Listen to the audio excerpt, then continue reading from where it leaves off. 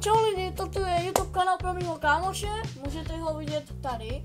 A tady bude můj kámoš natáčet Roblox a ohledně i svých normálních videí, co natáčím třeba já. Ale to asi moc ne. Bude spíš natáčet gamingové videa, což je Roblox, Minecraft a takové. Proto tady mám vlastně úvodní vlastně tu.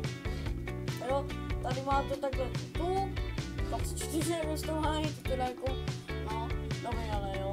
Takže tady vlastně bude natáčet vlastně Roblox a vytvořil jsem mu vlastně takovýhle YouTube kanál, protože jsem mu hodně lidí museli být takové ty prostě malovánky, jo, víš jak prostě, no.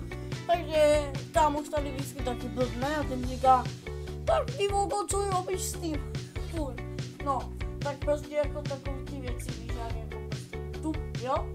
A toto vlastně teďka tady mluvím já o Veskas 2024 a ten, kdo mě poznal,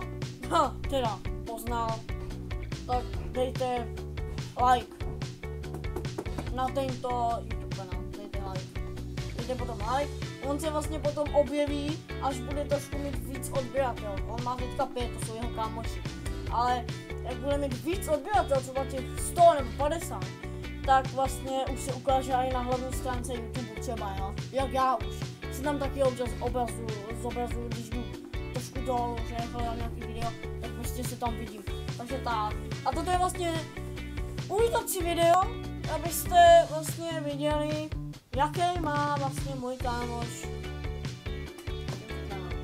Má tam daný už to, že už může právě natáčet, pozor, natáčet další videa, jak 15 minut, což jsem tam hnedka udělal, protože jako, to by natáčel 5minutový video a teďka by se na to vykal, víš jak jako jo, to jako v dnešní republice to už hlavně nefunguje, takže tak, já jsem to teda vyměnil a funguje to tak jak má, takže toto je všechno a čus!